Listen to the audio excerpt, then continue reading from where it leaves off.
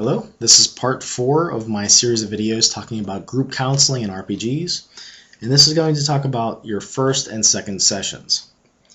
The first and second sessions of any group are probably the most important and usually the most difficult to lead. About the first session. The first session is difficult because the GM has many different dynamics and logistics to manage. She has to be concerned with starting the group, introducing the content to the players, and monitoring the players' reactions both to being in the group and to the content. Some of the dynamics and logistics that the leader must contend with include the following: beginning the group, helping members get acquainted, setting a positive tone, drawing out members, clarifying the purpose of the group, explaining the GM's role, explaining how the group will be conducted, helping players verbalize expectations, addressing questions, explaining the ground rules and any house rules, explaining any special terms that will be used, and depending on what RPGs you're playing, you might have to explain RPG terms in general or RPG terms that are specific to the game you're running. You can also, another thing here is checking out the comfort level of the players, making sure they're comfortable, and introducing and focusing on the content. We're going to go through these each in turn. Beginning the group. One of the most important considerations for the first session is how to begin the group. The manner in which the group starts out, with the leader talking, and how the leader opens up the session will have an important bearing on the tone of the group and the comfort level of the players. The GM should convey warmth, trust, helpfulness, understanding, and positive regard. This is when players form their impressions of the group and the GM. Unfortunately, players sometimes leave groups simply because the opening few minutes or the opening session was either dull or boring or conveyed an intimidating atmosphere. Remember, the opening 2 or 3 sentences and the way that they are presented do matter to people. First impressions can have a lot of weight. Some GMs make the mistake of opening with a mini lecture on issues such as the ground rules for the group, the meeting time for each session, and the frequency of meetings. Such mini lectures usually get the first session off to a poor start because they set a GM-dominant tone and simply bore the members. So try to get your players interested and involved, and don't just, stand on high and talk down to them. Another common mistake is to start by asking for players' expectations when they are uneasy about being in the group and have not yet met one another. So you gotta just, set the tone, get people to know each other, break the ice a little bit. At the beginning of most groups, a brief opening statement about the group followed by member introductions is usually helpful. Okay, helping members get acquainted. If players do not know each other, it is usually beneficial to have members get acquainted soon after the session begins. Members tend to feel more at ease after learning each other's names, and even name tags can help, and spending some time getting to know one another. With name tags, you can also put your character's name on it, your character's race, and these sorts of things. I've noticed in a lot of RPG groups that a lot of times I know the character's name more than the player's name, and sometimes I'll even call the person by their character's name if I can't think of what it is, So it's kind of one of those funny things about RPG groups. A thorough introduction helps the group to begin to develop cohesion and trust. Okay, here's an example of ways to do this. And the name round, this is where this is probably the most frequently used exercise for learning people's names.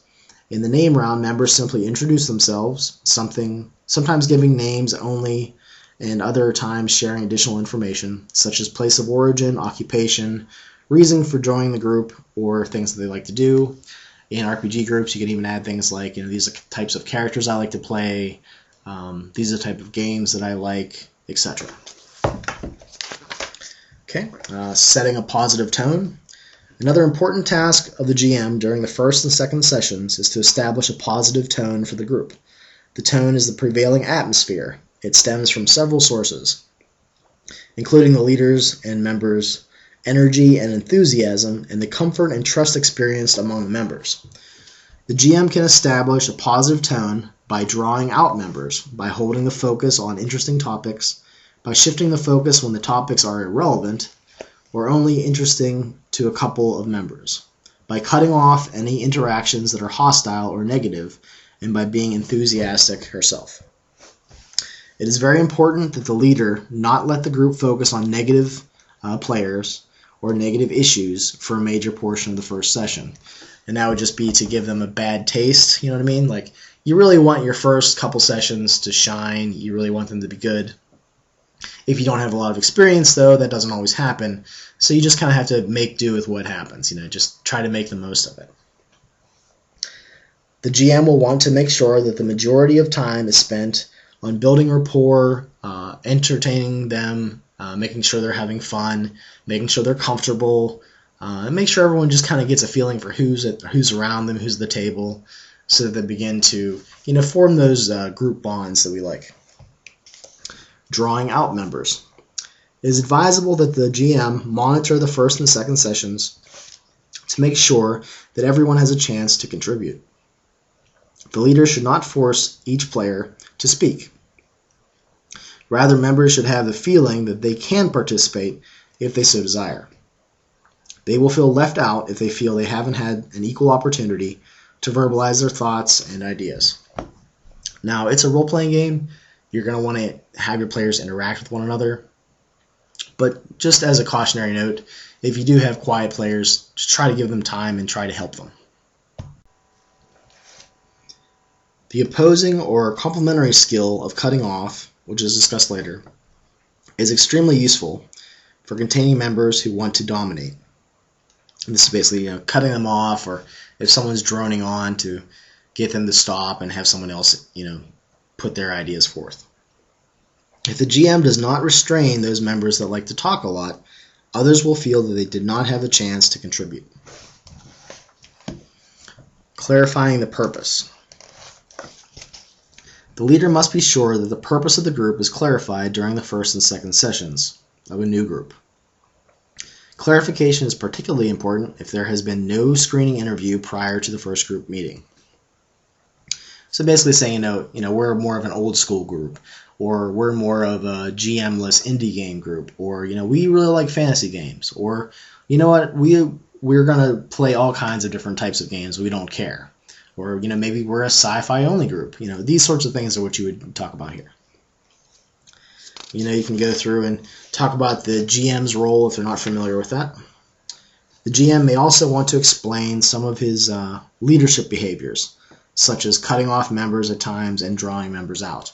Basically, all cutting off and drawing out is drawing out is getting members that aren't talking to talk, and cutting off is getting people that are talking too much to shut up, to put it bluntly. Explaining these procedures in the first or second session reduces the chances of confusion or misunderstanding when they are used later in the sessions. Explaining how the group will be conducted. It is important to clarify during the first session how the leader plans to conduct the group. Cluing members in will help to ease tension and ensure smooth functioning of the group. Members should have a much clearer understanding of what will take place in the group if you talk about it. Another reason for stating what will happen in the group is that members, after hearing a description of how the group will be conducted, may decide that they don't want to be in that group. If you tell them that you're going to be a story game indie group without GMs, they might not want to be there, so this is another reason to talk about it.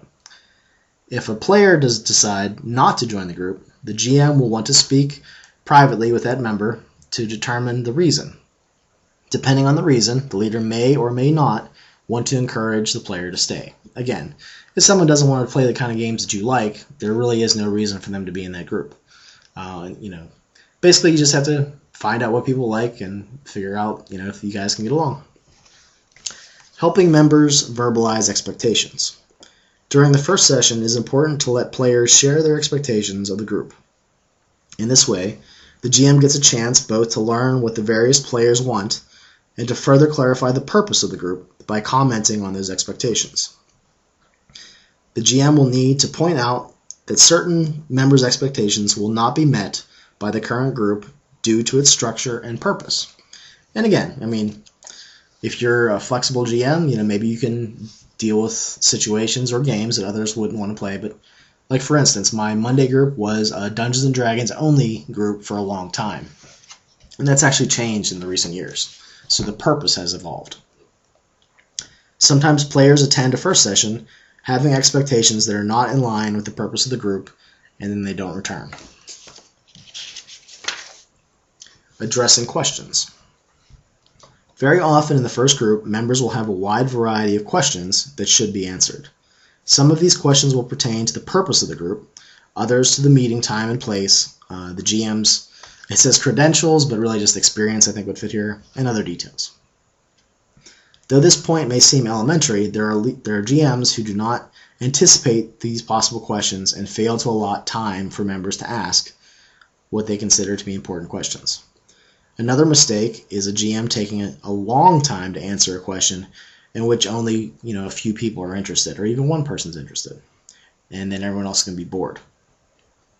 The GM must not allow the first session to become a question and answer session rather than moving on to the purpose of the group. In my experience, if you're just starting out, just getting to know each other, you'll probably spend at least half the session making characters and just getting used to each other, and then you'll start the second half of the session being actual role playing. Excuse me. Explaining ground rules. Certain ground rules, and I would add here house rules, need to be discussed during the first and second sessions. Rules about eating, drinking, smoking, taking off shoes. Maybe your wife doesn't want muddy footprints all over her carpet, that sort of thing. You need to talk about that stuff. It will benefit the group and it will benefit you. So be careful about that. Many groups set forth rules prohibiting attacking players. Maybe even discuss that right at the beginning. I'm not going to handle talking down about a person's beliefs or political choices or any of those sorts of things. If you do that early on, it will prevent problems further into the group. When all the ground rules are covered in the initial moments of the group, players may become bored or anxious for something to happen. And again, this is all kind of technical, but try to have fun, try to just watch out for problem areas, and I don't know. Hopefully the group will continue on in a healthy fashion. The point is that the GM should not spend an inordinate amount of time explaining ground rules unless there is some reason to do so. If a player tries to argue about a rule that the GM feels is necessary, the GM should calmly explain why it is important for the smooth running of the group. If he anticipates any disagreement with some of the ground rules, he will want to be careful about how he presents them. And again, this might be a situation where the GM needs to be flexible and say, okay, well, what do the rest of you guys think about this? And if the rest of the players think, that's a crappy house rule, you need to be flexible and change it in most cases. Sometimes it is best simply to say what the rules are and why they exist rather than opening them up for discussion. If a GM decides that there will be no smoking or eating during the group, she can tell them the reason why. In many kinds of groups, then it is appropriate and helpful for the GM to decide the ground rules alone based on prior experiences. But again, if this is your first group, you're going to learn as you go. Explaining terms. If the leader plans to use special terms, you should explain them to the members.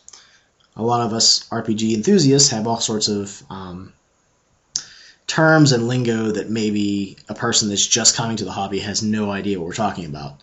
Things like Leroy Jenkins mean something to us, but might not mean something to somebody else. So you have to be kind of careful that you're not talking RPGese, some sort of language that only RPGs enthusiasts understand. You have to translate for people sometimes. This ensures that players won't feel they're missing something. The GM could explain the terms when she is explaining her role, or at any time that seems appropriate, such as the first time they naturally occur in a game.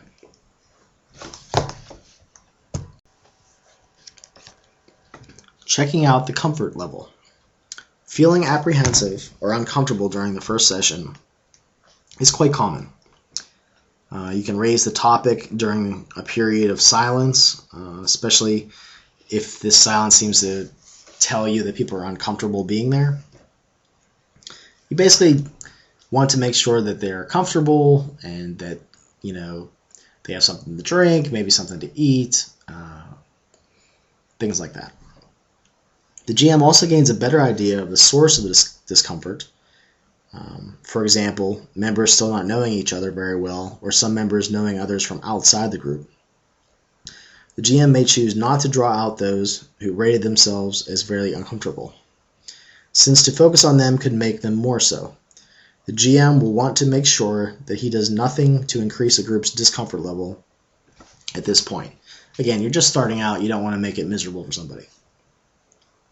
Some people are simply not used to speaking up in front of others. Public speaking is a great fear of many people, even in small groups. Assessing members' interaction styles. During the first session, the GM will want to note the different ways that members interact in the group. This is extremely helpful for leading the session and planning for future sessions. Every player has a certain style or manner. Some members may be very quiet, others may try to dominate, others may be supportive, and still others may be very critical. By observing these styles, the GM will be able to adjust the session plan if she realizes that some topics or choices would not be appropriate or effective. Assessing the interaction style of your players is very important. And it's basically done through paying attention to what they say, how they say it, and how often they say anything. Too often a beginning GM will get caught up in the content of the group and fail to observe that not all members are participating, or that certain players are trying to dominate everything that happens. Focusing on the content. The leader must pay attention to the dynamics of the first session while at the same time introducing members to the group's content. This is basically just the actual things that are happening in the session, your adventure that you have planned. Assessing the interaction style of your players is very important. And it's basically done through paying attention to what they say, how they say it, and how often they say anything. Too often a beginning GM will get caught up in the content of the group and fail to observe that not all members are participating, or that certain players are trying to dominate everything that happens. Focusing on the content. The leader must pay attention to the dynamics of the first session while at the same time introducing members to the group's content. This is basically just the actual things that are happening in the session, your adventure that you have planned. That's pretty much all I have for the first